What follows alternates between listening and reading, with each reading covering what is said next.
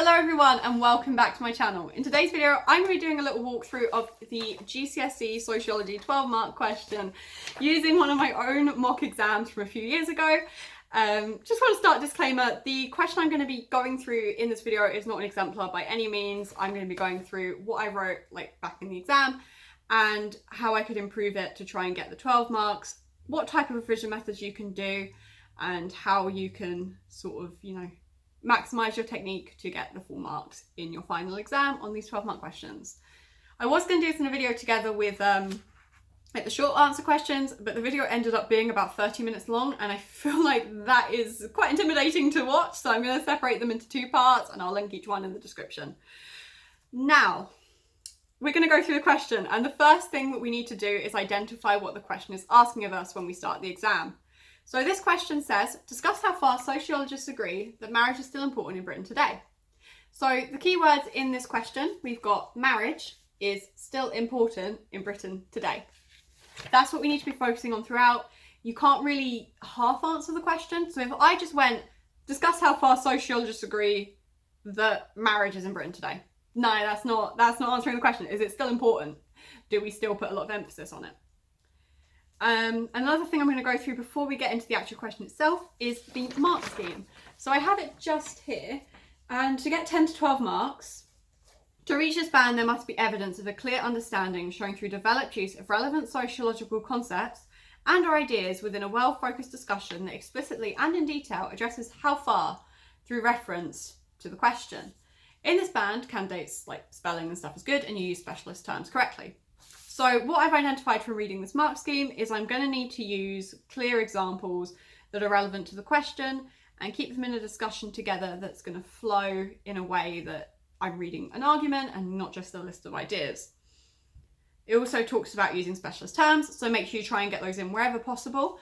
And I'll go through some revision methods at the end, and I've also linked my A-level revision method video in the description. I know this is a GCSE question, but I think a lot of my A-level revision methods came from my GCSE ones. They were just sort of elaborated a bit more because there's more content and different things you need to revise. So I think they still work. So if you wanted to go look at that video for sociology, feel free. Now we're going to go into the question. For my introduction, I said, marriage has been on the decline in recent years. Functionalists may argue it's important in bringing families together. Marxists may argue it promotes capitalism, and feminists may argue it promotes patriarchy. I'm going to begin by saying I don't think this is a good introduction. I will say with introductions, I don't think they're necessary, but the thing about including them is just in case you don't manage to get your conclusion in, you can summarise your ideas there and the examiner may still give you that mark because they do want there to be a conclusion. There does have to be a conclusion for it to be a discussion. And it also means you can get your ideas together and really outline what your discussion is going to be. And if you may, you might miss out a paragraph because you ran out of time, at least the examiner can then see what you were going to discuss. So I would say try and get the key terms in your introduction, but make it brief because that's not where most of your marks are going to come from. So to begin with, what's wrong with this introduction? I didn't link to the exact question. I just said marriage has been on the decline. Fair enough. But is marriage still important in Britain today? Marriage may be seen as less important in Britain today is how I would rephrase that, just so I'm really getting the wording of the question in, so it's clear that I know exactly what I'm answering. Functionalists may argue it's important in bringing families together. It's important. I say functionalists suggest that marriage is still important for creating a consensus in the family, maybe something like that, because then if you're using the word consensus, you're using that specialist term, which is listed in the mark scheme as something you have to do to get 10 to 12 marks. Marxists may argue it, performs a role in promoting capitalism, and feminists may argue it promotes patriarchy. I'm not sure about that because I'm saying these ideas, but I'm straying from the question a bit. Is it still important in Britain today? Because something can promote capitalism, something can promote patriarchy. I may be saying that's a negative thing, but it doesn't necessarily mean it's unimportant. It's not unimportant to those institutions that these sociologists are writing against. I would say a better point to use, maybe as a feminist here, would be to include a postmodern view. I don't think you go into postmodern as much at GCSE, but essentially what I'd say, and I did mention this in my conclusion, so I clearly did know it. We have other family types which are on the rise. Cohabitation, lone parent families, these are becoming more important. You can talk about divorce rates, or maybe even the fact that some families are reconstituted families. People are getting remarried. So obviously the initial marriage might not be as important now. It's sort of a symbolic thing. that people are doing more as an expression of love rather than something that has to be done as a result of society pressuring you into it. You can talk a bit about growing secularization and the decline of religion and how religious values of marriage are less prevalent in society, so people are marrying again more just for love or, you know, for the sake of it, which then ties into functionists saying like divorces should be permitted because there's less, like, marriage isn't seen as sacred anymore.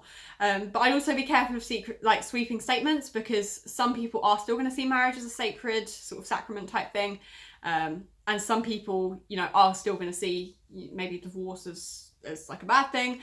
You just got to be careful, because it is a very, when you're discussing these things, you've got to remember that not everyone is going to think one thing. There are different viewpoints, there are different values held in Britain today.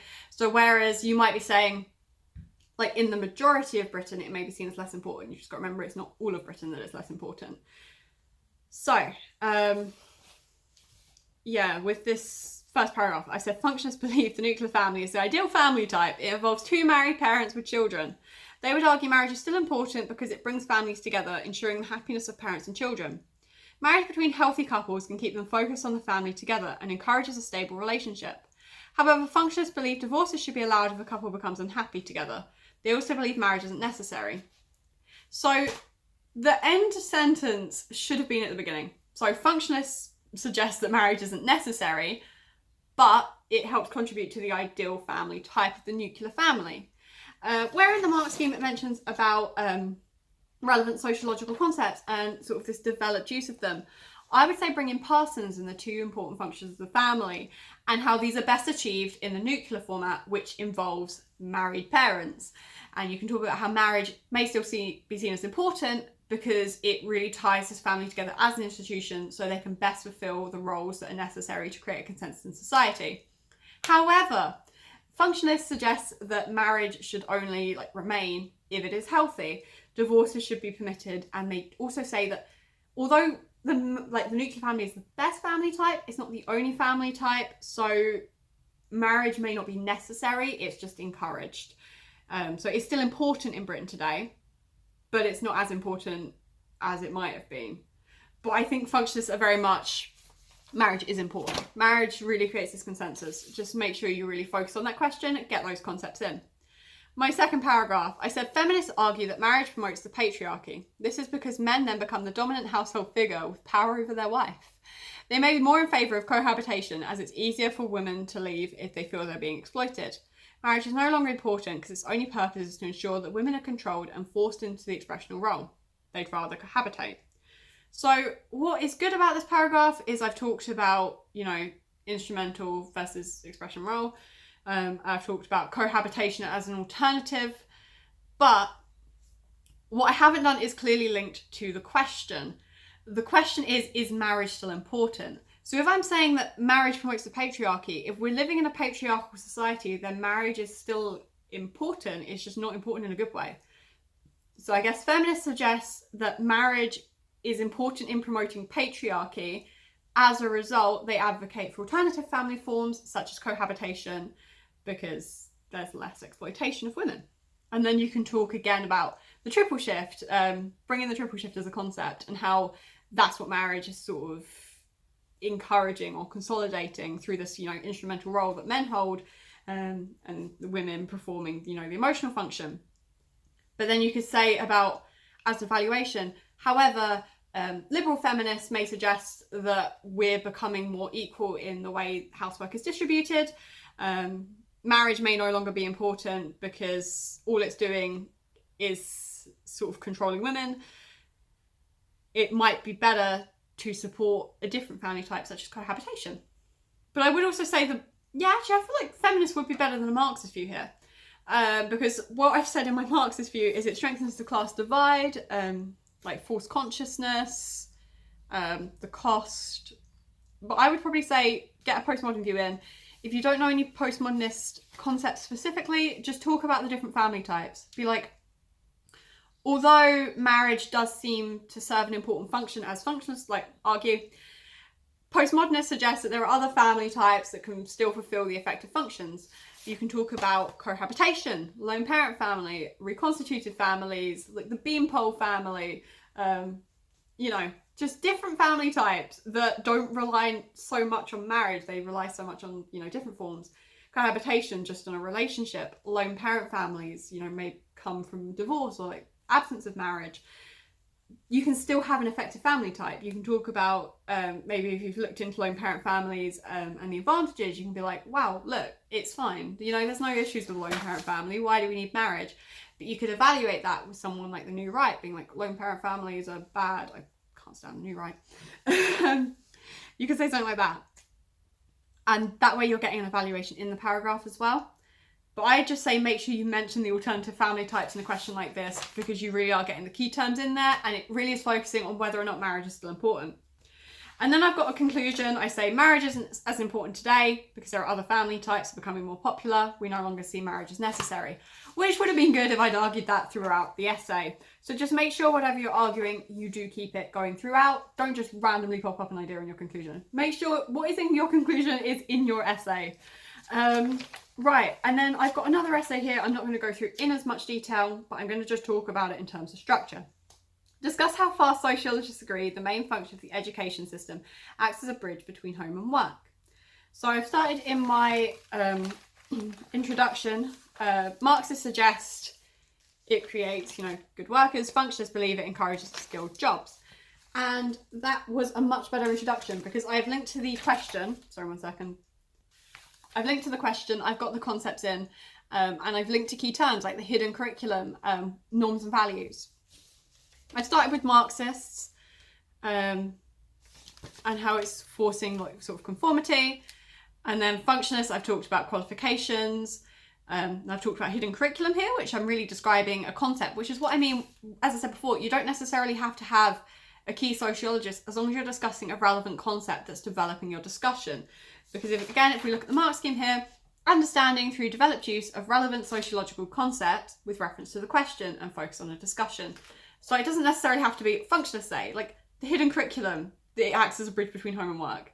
But hidden curriculum is also, you know, it depends which perspective you're looking at it through. So you could say functionist say the hidden curriculum, just to really consolidate that idea. Yeah, so I would say your paragraphs, you want point, evidence, explanation. So where I've got a point, so Marxists argue the main purpose of education is to indoctrinate working class pupils so they become conformist workers. That's my point. But then I need to link to the bridge between home and work. So it bridges home and work by creating these conformist pupils who may not have been conformist before, so that they can then go into their factory jobs, which at the time of writing would have been more relevant, which you can evaluate it by saying this is a bit more outdated today, whereas, you know, the type of labour that is completed has changed, whereas you would have had a lot of people before, you know, going factories, going mining. That doesn't really happen anymore. So where we're saying it creates these conformist workers, it's not necessarily relevant in the same way today. If we're talking about the way that school bridges homework today, you might say that functionist view is more effective because everyone is... You could evaluate this again. Everyone is given equal opportunities, which you can then evaluate by being like, well, we have different school types. If you go to a private school or you go to a school in what's seen as a good, expensive area, you're likely to have more opportunities than if you go to, I don't know, a bad school. So it's not necessarily fair. But at the end of the day, a lot of time you're sitting the same exams, you're sitting the same GCSEs, so you can say that everyone is sort of supported into achieving their goals. Although, again, you can evaluate that. Your conclusions to summarise your ideas.